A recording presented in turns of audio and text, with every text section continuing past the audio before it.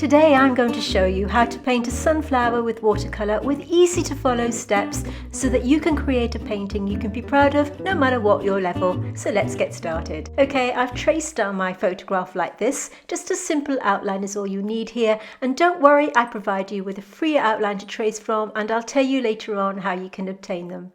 So the paper that I've decided to use today is mixed media paper, which is super easy to work with and very blendable. And my paints are from A Gallo from their signature 12 set with a few other colours added in here. You don't have to have these colours, any that you have will do. The brush that I'm using here is a number 6 mop brush along with my number 2 pointed round and one or two others. We have mini red dot spotters here and my very favourite brush, which is my pointed round brush from Rosemary & Co. Okay, so if you're new to watercolour painting, watercolour is all about building up your colours from light to dark and working through them layer by layer. It's really important that your first layer is really watery and you let it dry before applying the next. To start with, I'm mixing up some colours here. This is a ceramic palette from Jackson's, by the way. Super easy to clean and plenty of wells so that you can mix your colours up, and you don't have to mix them in too big a puddle because you can just mix them the right amount that you need. So to start with here, I'm using Azo Yellow Gold. This is from A Gallo. Now, don't worry if you don't have these colours. These are a little bit on the pricey side, but they were a little treat, and I really enjoy using them. So if you don't have Azo Yellow, you could use something like a mixture of cadmium lemon with cadmium yellow, but make sure that you mix it to a really watery consistency. I'm using my number 6 mop brush. This actually came with my A Gallo paints when I had them, but if you don't have this brush, you could use any sort of soft, beautiful brush. This is synthetic, by the way, and I'm taking this colour all over the petals, every single one, not being too fussy here, just taking that wash all over the petals. Now when you do your outline for your, if you decide to trace down your drawing as I have, make sure that you don't have any sketchy edges. You want your edges to be lovely and sharp as I've done here. Ideally, you don't want the pencil line to be showing as heavily as I have. I've just kept it this way for this tutorial so that you can see what I'm doing with the paint. When that paint has settled into the paper, I'm just dropping in some of this orangey colour. This is actually called Arancione. It's kind of a mixture. It's sort of like an Indian yellow if you want to compare it to another brand, and I'm just dropping this in to the damp paint so that it naturally splurges into that first colour that I've applied. This is going to be a super easy tutorial. We're not going to go photorealistic or anything here. We're just making this really pretty sunflower. And you can see I'm just using the tip of that brush to drop that colour in. And by patting the brush onto the paper, you can see how it naturally splurges into that paint to create a soft edge. And then I'm just taking it around the middle, cleaning my brush, patting it onto the kitchen paper, just using that damp brush to blend those colours into the pencil line like this. Okay, everything is dry, so we now need to just tidy up those edges a little bit by using a damp brush just to push that paint into the pencil line, just to get it a little bit tidier. You can see I've gone into the middle there, and I'm just using my eradicator brush, just damp, and just wiggling the brush like this, and that'll remove the error. And just using a little bit of water to blend those colours together a little bit. Now this colour here is called Notturno. If you don't have this colour, something similar that you could use would be maybe Moonglow by Daniel Smith, or perhaps something like a Piemontite by Daniel Smith. Ideally, you want something to be granulating. So in other words, the colours separate on the palette. So if you are stuck for a colour and you're not sure which one to use, let me know in the comments below and I'll do my best to help you. Notice how this colour is separating as I apply it onto the paper. As it dries, it really becomes quite, all the colours separate out and you can see the different layers of colour there. This is beautiful for painting the middle of a flower like this because it saves you from painting all the detail. We're not all about the detail in this one, it's just about getting the paint onto the paper and making this look pretty. And as you can see, I'm just dropping in a little bit more of that Notturno like this into the damp paint so that it splurges into that existing wet paint. Just using the tip of my brush to drop that colour in.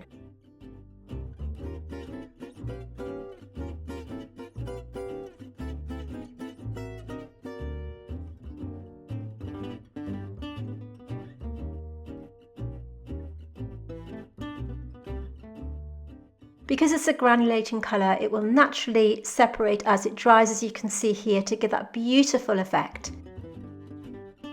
Adding a bit more pigment to my palette, and I'm now going over the dry wash to create another layer just to enhance that colour.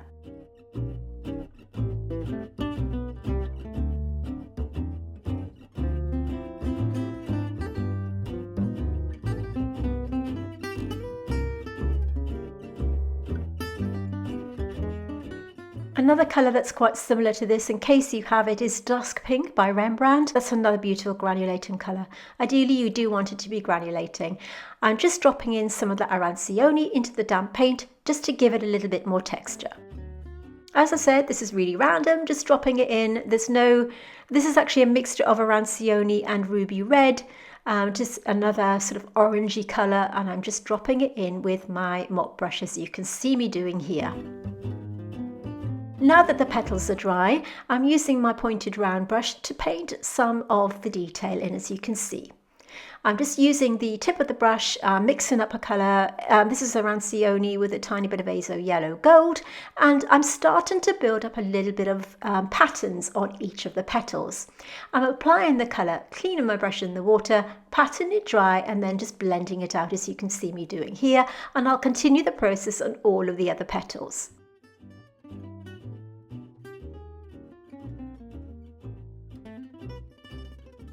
I really like using mixed media paper. It's actually very good to blend with if you're new to watercolour painting.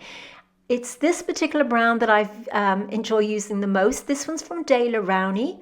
I found a similar one, which I will link in the description box, along with all of the other materials that I'm going to be using today. But I do like this brand. I found it blends out the best if you're new to painting and you have difficulty. It does help you achieve that lovely soft blur that I'm doing here. You can see how I'm applying the paint.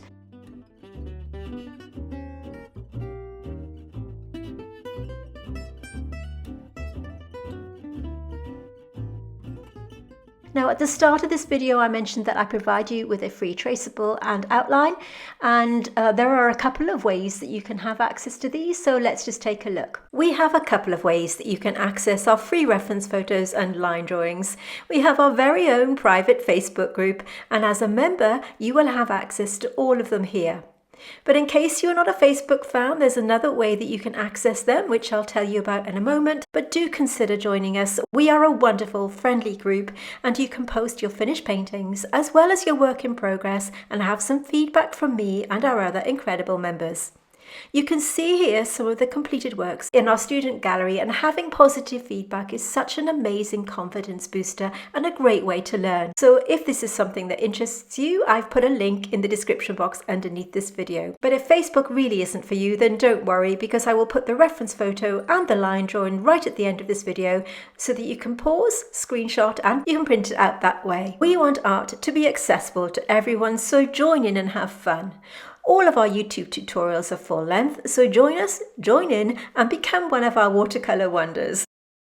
So as I said, I will put the outline and the reference photograph right at the end of this video, so be sure to stay right until the end so that you can see the entire process unfold, have access to those so you can do a screenshot and print them out, and of course see the finished painting. At this point, I did feel that it needed a little bit more yellow, so I'm applying a little bit more of that Azo Yellow Gold and just going over the initial wash just to give it a bit more depth. I'm not taking this colour everywhere, just here and there where I feel that it needs brightening up as we work through.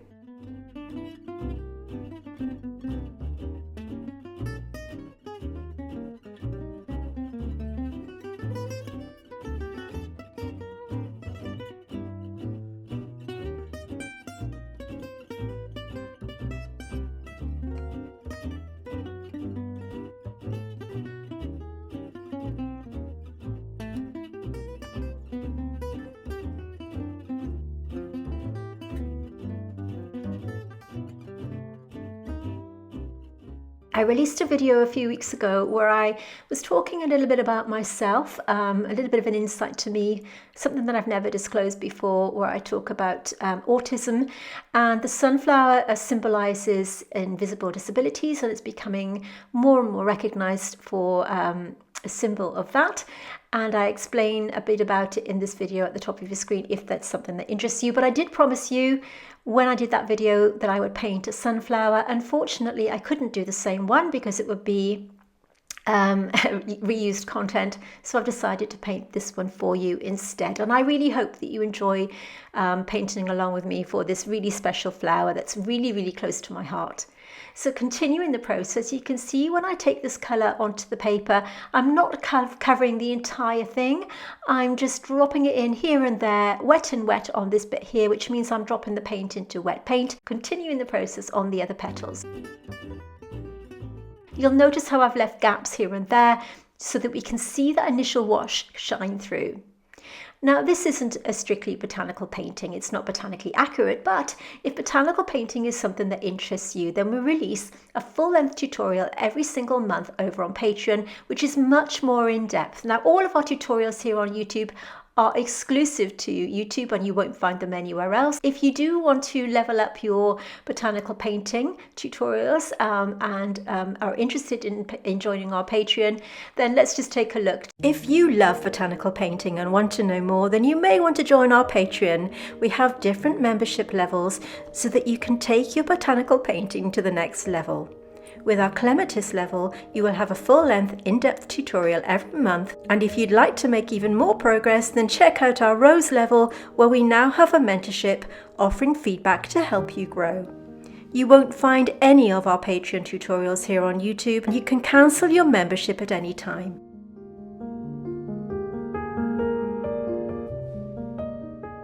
So if you want to take your botanical painting to the next level, then take a look. I'll put the link in the description underneath this video.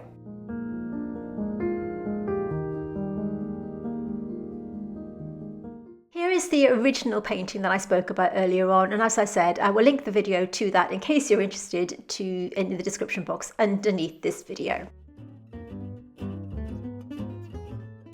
So if you are enjoying this video, could I ask you please to give it a thumbs up? It's a way of letting YouTube know that you're enjoying my content, and it really does help to support me more than you know. And if you are new here, we do release content every single Tuesday, so please consider subscribing to my channel so that you don't miss out new content every week. We offer full-length painting tutorials that are suitable for all levels, and we even provide you with the line drawings and reference photographs. So if you don't particularly enjoy the drawing element of it, then you can join our Facebook group or even stay to the end of the video and get them that way. But please consider subscribing and give me a big thumbs up, because it really does help to support me just by hitting that button.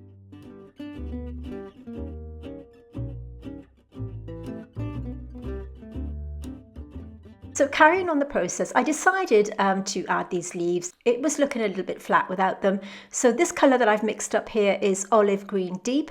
This again is from A Gallo. If you don't have this colour, a really similar colour to this would be Undersea Green by Daniel Smith, or indeed any green that you have.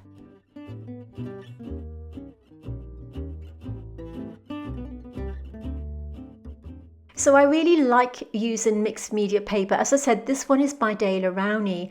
Let me know in the comments below if you've ever tried using mixed media paper yourself and what you think about it. Now, I know that different brands obviously have different qualities, shall we say, but this one I really like because it does make the blending easier, as I've said, and I really think it's great if you are new to painting. So do give it a go, but let me know in the comments below if you tried it and what you think of it. As you can see, I'm using my this is a number 2 pointed round, and I'm taking this is Arancione, the orangey colour, and I'm just using it to create a little bit of a pattern. I'm not going exactly to the photograph, as you know.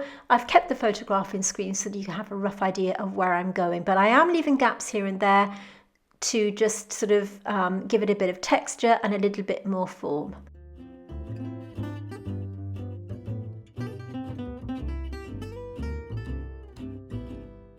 So just blending out those colours.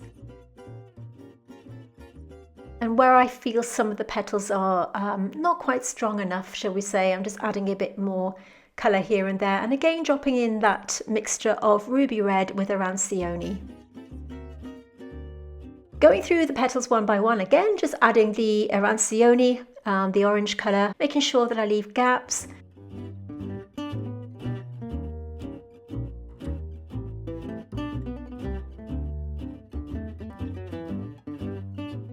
So I'm putting a line around the outside of each petal, a line in the middle, and then just blending them out with that soft, damp brush.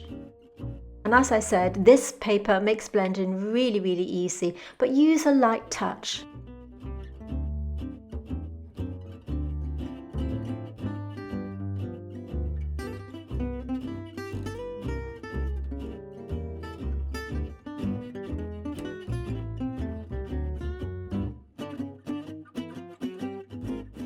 And just adding a tiny bit of the ruby red mixed with the arancione in between the petals like this to give them a little bit of a colour boost.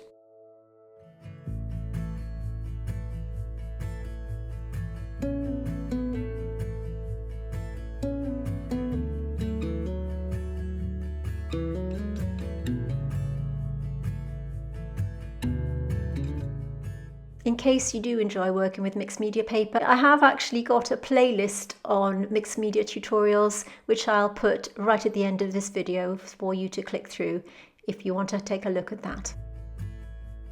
Okay, I'm using a plain water glaze now, everything's dry, and I'm going over the entire thing with just a really light touch and just some plain water. And this will unify everything, but we have to let it dry completely before we go on to the next stage. Okay, so everything's dry now, and I'm adding a mixture. This is olive green. Now I'm taking this over some of the petals because I felt they were looking a little bit too bright, and this will give them a little bit of shading and help mute them down in tone a little bit and just make them look a tiny bit more realistic, and I'm just using this where I feel necessary.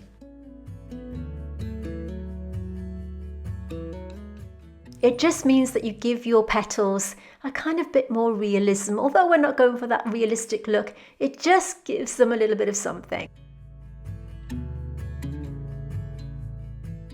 I've mixed a thicker mix of Notturno now, and I'm taking this with my, this is my number 2 brush, and you can see how I'm pushing it into the petals like this, just creating this kind of wiggly motion. This helps unify the middle of the flower to the petals, just by adding a few little spiky bits here and there as I work through. And it just makes, it sharpens up the base of each petal, and it brings everything together. Throughout this tutorial, I've been switching my brushes from a number 2 pointed round along with my number 2 red dot spotters. If you're not familiar with spotters, they are the same as rounds, but they have a shorter bristle and make watercolor application very easy and better to control.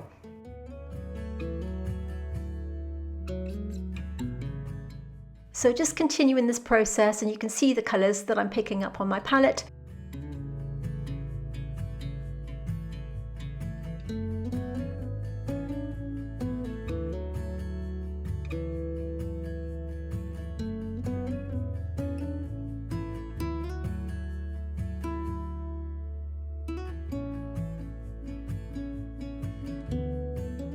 So I'm going to stop talking and let you watch the rest of this video in peace. You can see the colours that I'm picking up there. Be sure to stay right until the end of this video, where of course you can see the finished painting, and you can pause the screen and take a screenshot of the reference photograph and the outline that I spoke about earlier, and of course have access to that playlist. Thank you so much for watching. Do remember to hit that subscribe button, and I'll see you next time.